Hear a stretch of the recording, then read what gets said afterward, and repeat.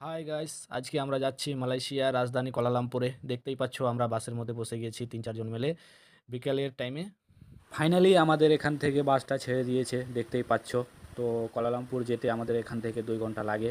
তো 2 ঘন্টা পরে আমরা বাস স্ট্যান্ড পৌঁছে যাব কুয়ালালামপুরে। তো ফাইনালি আমরা এখন কুয়ালালামপুর বাস স্ট্যান্ডে চলে আসছি। দেখতেই পাচ্ছ বাস স্ট্যান্ডটা, এদিকে টয়লেট আছে। আমার পিছনে দেখতেই পাচ্ছ অনেকগুলো লোকজন দাঁড়ায় আছে। এটাই মালয়েশিয়ার সব থেকে বড় বাস স্ট্যান্ড। তো এই বাস স্ট্যান্ডটা এয়ারপোর্টের মতন, তাই এখান থেকে সব কিছু বাস পাওয়া যায় সব জায়গায়। তো ফাইনালি আমরা এখান থেকে গ্র্যাব করে চলে যাচ্ছি রেস্টুরেন্ট, বাস স্ট্যান্ড থেকে রেস্টুরেন্টে যাই, হোটেলে আমরা যাই খাবার খাই। ফাইনালি আমরা চলে আসছি রেস্টুরেন্টে।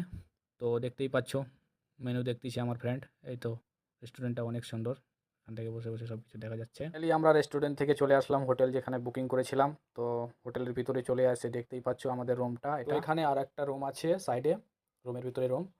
তো এখান থেকেই আমি ব্লগ খতম করতেছি, কিন্তু অনেক রাত হয়ে গেছে, ঘুমাতে হবে। রাত 1টা বাজে এখন। তো আবার কালকে টুইন টাওয়ারে যাবো, দেখাবো ভিডিও আপনাদেরকে।